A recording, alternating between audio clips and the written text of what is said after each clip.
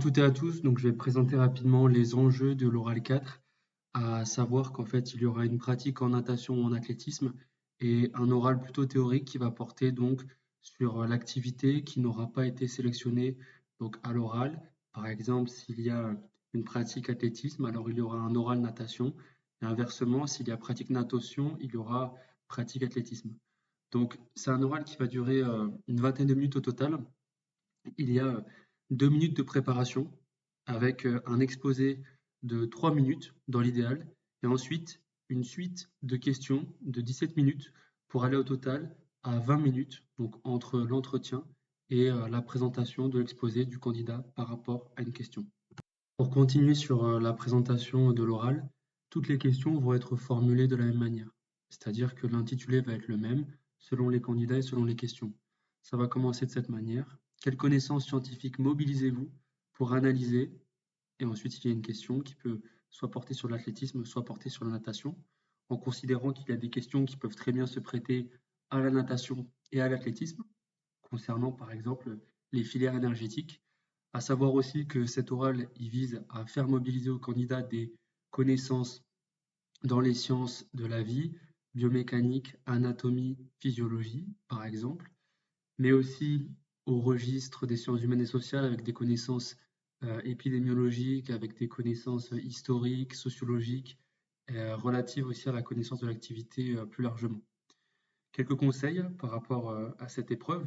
Il est attendu que des connaissances scientifiques soient maîtrisées, que ces connaissances scientifiques elles soient variées, et ceci à dessein pour le candidat d'interpréter le comportement du nageur et du coureur.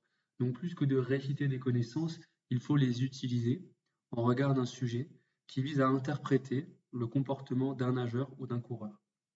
Les connaissances de base, elles sont ici très très importantes. Je pense notamment à la connaissance de muscles en anatomie. Il faut aussi être capable de mobiliser des formules, donc là plutôt relatives aux sciences de la vie, comme par exemple les lois de Newton, mais aussi des concepts pour expliquer les adaptations corporelles du pratiquant. Il faut aussi être capable dans l'exposé et au cours de l'entretien de nuancer selon l'âge, le niveau d'expertise ou encore le sexe. Il est possible, lors de l'exposé, que le jury vous demande d'effectuer un schéma quant à l'organisation motrice du pratiquant. Il n'est pas nécessaire de répéter son plan au départ et de partir directement sur une problématisation, la lecture du sujet par le candidat. Ici, je voulais vous proposer plusieurs questions qu'on peut avoir de manière relative par rapport à un sujet. Donc, c'est un sujet qui fait référence à l'adoption de postures favorables à la propulsion chez le coureur de haie. On pourrait avoir par exemple aussi en natation. Donc, il y a des sujets hybrides qui peuvent correspondre à la fois à l'athlétisme et aux courses de haie. Plusieurs questions aussi qui partent de l'exposé, qui partent de la prestation du candidat pour ensuite essayer d'élargir par rapport à ce qui a été dit, par rapport à ce qui n'a pas été dit, et essayer de dresser au maximum les connaissances scientifiques qui sont capables d'être utilisées par le candidat. Donc ça va être question assez simple qui revient aux définitions des termes du sujet, par exemple comment se passe la propulsion biomécaniquement, physiologiquement, c'est quoi la propulsion? C'est aussi une question qui peut se poser directement. Et ensuite un élargissement par rapport à des questions de vitesse, d'entretien, de création. Et pour ensuite aller plus spécifiquement sur l'organisation motrice, notamment au plan des postures, donc pour le coureur de haie. Ensuite, je voulais terminer l'explicitation du sujet par rapport à des questions qui pourraient être posées et à quelques remarques. D'abord, il faut considérer que la course de haie peut se décliner différemment selon la course de haie qui est envisagée. C'est-à-dire que selon l'âge, la course de haie est différente. On a des 60 mètres, des 100 mètres, des 200 mètres dans les catégories jeunes. Et au plan fédéral, on a des courses de haie longues relatives aux 400 mètres haies et aux 110 mètres haies chez les hommes, quand pour les femmes, ce sera du 100 mètres haies. Une remarque supplémentaire concernant notamment les foulées de course qui sont déployées dans l'intervalle. Il y a des invariants avec des foulées de course qui sont relatives à la distance d'impulsion, donc lorsqu'on attaque la haie, avec une attaque à 2/3 de la hauteur de la haie, et avec une réception après le franchissement à 1/3 derrière la haie. Partant de là, il y a 3 foulées 4 appuis généralement pour les coureurs de haies qui se répartissent de la manière suivante. D'abord, la première foulée, elle est souvent la plus courte, étant donné qu'il y a une réception suite au franchissement avec une équilibration qui est à un tiers derrière la haie. Ensuite, il y a la deuxième foulée qui est la plus grande, la plus conséquente, c'est celle où l'athlète parcourt la plus grande distance. Et enfin, une dernière foulée qui est elle aussi réduite par rapport à la distance d'impulsion qui doit être produite à 2 tiers avant la haie.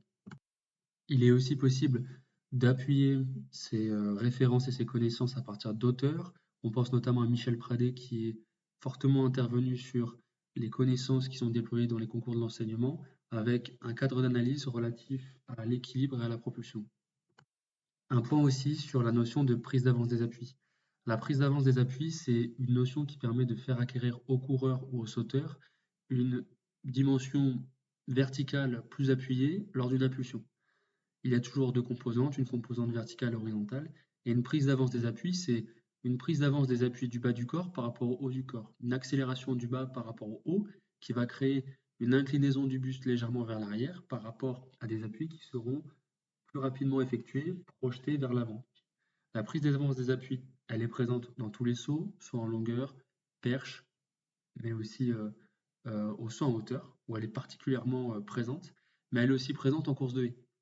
Il faut cependant comprendre que la prise d'avance d'appui, elle sert à prendre de la hauteur et que la prise d'avance des appuis est assez faible. Par là, j'invite les candidats à faire attention aux connaissances rattachées à l'athlétisme qui peuvent être mobilisées, mais à bien faire comprendre au correcteur que le sens de la notion a été comprise. La prise d'avance des appuis ne se comprend que dans l'appui d'une dimension verticale à donner à une impulsion. Il n'y a donc en ce sens pas d'abaissement, un abaissement du centre de gravité qui est très faible en course de haie. On va rechercher la linéarité du centre de gravité au fur et à mesure des courses, avec aussi là bien comprendre une connaissance qui est incontournable en course de haie. Lorsque le coureur va passer, va franchir une haie, le centre de gravité doit être le plus haut possible avant la haie, après la haie. Et lorsque le coureur va produire son impulsion, le centre de gravité, la hauteur du centre de gravité est le plus élevé avant la haie. En réalité, dès que le coureur est au-dessus de la haie, il est déjà en train de redescendre pour retrouver le sol. Enfin, je terminerai par quelques connaissances qui peuvent être mobilisées dans chacun des oraux en oral 4 natation athlétisme. C'est la dimension affective, c'est la gestion émotionnelle qu'on peut avoir, que ce soit chez le débutant, avec l'appréhension par rapport à un obstacle, mais aussi dans toute la gestion émotionnelle qu'on peut avoir par rapport à une compétition pour les plus experts et par rapport à la découverte d'un milieu en natation. Donc, il y a des techniques qui peuvent être utilisées, notamment en préparation mentale, notamment des techniques de respiration avec la méthode Jacobson de contracter et relâcher. Ce sont autant de connaissances qui sont passe-partout, à condition d'être maîtrisées bien évidemment, mais qui peuvent se prêter à beaucoup d'oral dans l'utilisation de connaissances dans les sciences humaines relatives aux techniques de préparation mentale et à des données psychologiques.